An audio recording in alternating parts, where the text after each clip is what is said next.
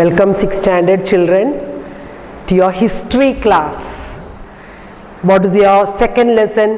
Second lesson is from hunting, gathering to growing food. That is your second lesson. Now in the lesson here there is one paragraph, Tushar, and you can see Tushar in that, the Tushar's pic also you can see. Now Tushar, here what they have written, Tushar was going from Delhi to Chennai for his cousin's wedding. Now we are thinking, and now and all we can't travel because of COVID, isn't it? Now I don't know when we'll get that chance of traveling, gathering and all, isn't it? So here Tushar is going from Delhi to Chennai. They were traveling by train and he had managed to squeeze into the window seat, his nose glued to the glass pan. Now you all know all children will be liking to sit near the window seat, isn't it? Why you all like to sit near the window seat? So you all can see what all, as a train is passing by, you can see the landscape, the trees, the people, the animals and all you can see passing by, isn't it? It's very nice. So as he watched trees and houses fly past, his uncle tapped his shoulder and said, "Do you know the trains were first used about 150 years ago? 150 years ago, ഏറ്റവും ആദ്യത്തെ എന്തായിരുന്നു വന്നത്, this vehicle like that is train. And that people began using bus. അതിന്റെ ശേഷമാണ് ബസ്സൊക്കെ വന്നത്. So 150 years ago, train started running. You know, the first engine that is run by steam engine. Steam engine പിന്നെ അത് diesel-ആയി പിന്നെ ഇപ്പോൾ electric trains-ആയി. Now Tushar wondered, when people couldn't travel quickly from one place to another, did they spend their entire lives wherever they were born, isn't it? ഈ അങ്ങോട്ടും ഇങ്ങോട്ടും travel ചെയ്യാനുള്ള സംവിധാനം ഇല്ലെങ്കിൽ what will the people do? അവിടെ തന്നെയാണോ ഇരുന്നത്, അതേ സ്ഥലത്ത് തന്നെയാണോ നിന്നത്? Will find out that in this lesson. Will know that അന്നത്തെ കാലം ട്രെയിൻ ഇല്ല, ബസ്സില്ല, ഒന്നുമില്ല. എങ്ങനെയാണ് the people, the earliest people, why were they on the move? അവരെങ്ങനെയാണ് നീങ്ങിയത് ഒരു സ്ഥലത്ത് നിന്ന് മറ്റേ സ്ഥലത്തേക്ക്? Now will find out. ഇപ്പൊക്കെ നമ്മൾ എങ്ങനെയാണ് നീങ്ങുന്നത്? By car, by bus, by auto, by motor bike, isn't it? അതില്ലെങ്കിൽ നമുക്ക് നീങ്ങാൻ പറ്റുമോ? നിങ്ങൾ അവിടെ ഇരിക്കും. നമുക്ക് ഈ വെഹിക്കിൾസ് വേണം അങ്ങോട്ടും ഇങ്ങോട്ടും നീങ്ങാൻ. പക്ഷെ എത്രയോ മുന്നേ 150 years ഒക്കെ, എത്രയോ മില്യൺ ഇയേഴ്സ് എഗോ എന്ന് പറഞ്ഞാൽ എങ്ങനെയാണ് അവർ ഓൺ ദ മൂവ്, അവരെങ്ങനെയാണ് നീങ്ങിയത്?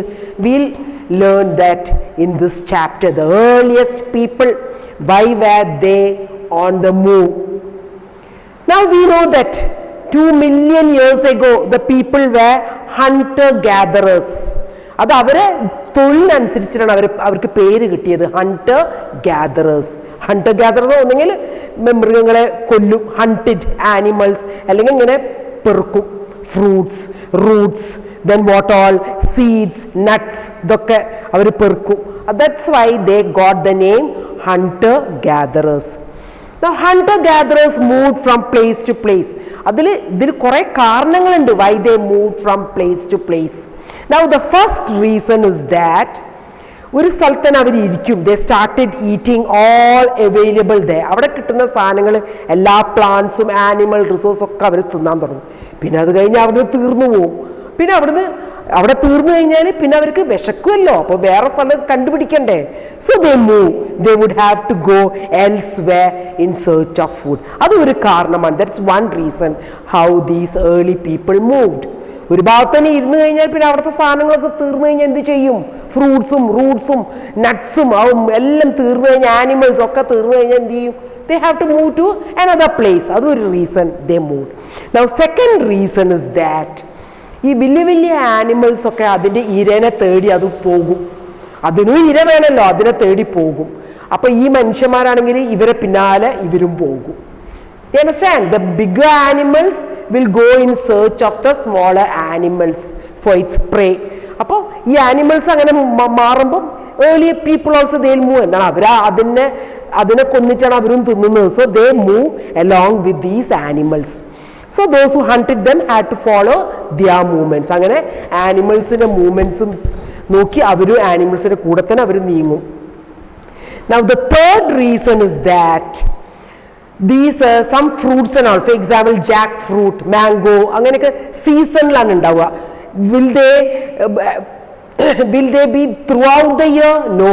ആ സീസണിലാണ് the flowers come, then the fruits come, isn't it? അപ്പോൾ സീസണൽ ഫ്രൂട്ട്സ്. അപ്പോൾ ഒരു ഭാഗത്ത് നിൽക്കുമ്പോൾ ആ മരത്തിലെ പിന്നെ ഫ്രൂട്ട്സ് ഒന്നും ഉണ്ടാവുന്നില്ല. വൈ? അത് അതിൻ്റെ സീസണല്ല. അപ്പം അങ്ങനെ സീസണൽ ഫ്രൂട്ട്സേ ഉണ്ടാവുള്ളൂ. ഫ്രൂട്ട്സ് സീസൺ ആയിട്ടാണ് ഉണ്ടാകുക. അപ്പം അങ്ങനെ സീസൺ നോക്കിയിട്ട് അവർ ഫ്രൂട്ട്സിനെ തേടി പോകും. So have to move from season to season in search of different kinds of plants. അപ്പം അങ്ങനെ സീസൺ നോക്കിയിട്ട് അവർ മൂവ് ചെയ്യും. Now the fourth reason is that in search of water. Now there are different types of rivers, perennial rivers and seasonal rivers. Perennial rivers means throughout the year water. For example, the rivers in the north. അതൊക്കെ ഹിമാലയാസത്തെ സ്നോയിൽ നിന്നാണ് വെള്ളം വരുന്നത്. അപ്പം Himalaya throughout the year it is covered with snow. അപ്പോൾ അവിടുത്തെ ഗംഗ, ബ്രഹ്മപുത്ര, യമുന അതിനൊക്കെ throughout, they are perennial rivers. They get water throughout the year. But what about the rivers in the south? For example, Mahanadi, Godavari, Krishna, Kaveri, ഇതൊക്കെ. പിന്നെ നമ്മളെ കുറേ 44 rivers are there in Kerala. 44 rivers ഉണ്ട്. ഭാരതപ്പുഴ, നില, അങ്ങനെ കുറേ 44 rivers. അപ്പോൾ ഇതൊക്കെ ആശ്രയിക്കുന്ന എന്തിനാ? On rain. മഴയില്ലെങ്കിൽ അവിടെ വെള്ളമില്ല, അത് വരണ്ടു പോകും. So they are called seasonal rivers. അപ്പോൾ ആ കാരണത്താലും the early people will move. If it is a seasonal river, summer ആകുമ്പോൾ അത് ഉണങ്ങിപ്പോയാൽ അവർ പിന്നെയും തേടി പോകും വെള്ളമുള്ള റിവറിലേക്ക്. So people living on their banks would have to go in search of water during the dry season. So these are the various means of moving from one place to another. അപ്പോൾ എന്തുകൊണ്ടാണ് early people ഒരു സ്ഥലത്ത് നിന്ന് മറ്റേ സ്ഥലത്തേക്ക് ഇങ്ങനെ നീങ്ങിയത്? So 4 reasons I told you. Now the next one is, how do we know about these people? ഇപ്പം നമ്മൾ ജീവിക്കുന്നത് 2000, that is 21st century. പണ്ടത്തെ മനുഷ്യന്മാർക്ക് എങ്ങനെയാണ് ജീവിച്ചത്? How do we know that? We know that from the archaeologist, due to excavation. I told you digging of the earth. ഈ archaeologist ഇങ്ങനെ കുഴിച്ച് ഓരോന്ന് കണ്ടു. അതിനായിട്ട് ആൾക്കാരുണ്ട്, ഹിസ്റ്റോറിയൻസ്, ആർക്കിയോളജിസ്റ്റ് ഒക്കെ ഉണ്ട്, ഇപ്പോഴും പഠിച്ചുകൊണ്ടിരിക്കുന്നുണ്ട് അബൌട്ട് ദ പാസ്റ്റ്. അപ്പോൾ അങ്ങനെ കിളയ്ക്കുമ്പോൾ അവർക്ക് ഓരോ ടൂൾസ് കിട്ടും. Tools of stone, wood, bone, എല്ലിനെ കൊണ്ടുണ്ടാക്കിയത്. Of which stone tools have survived.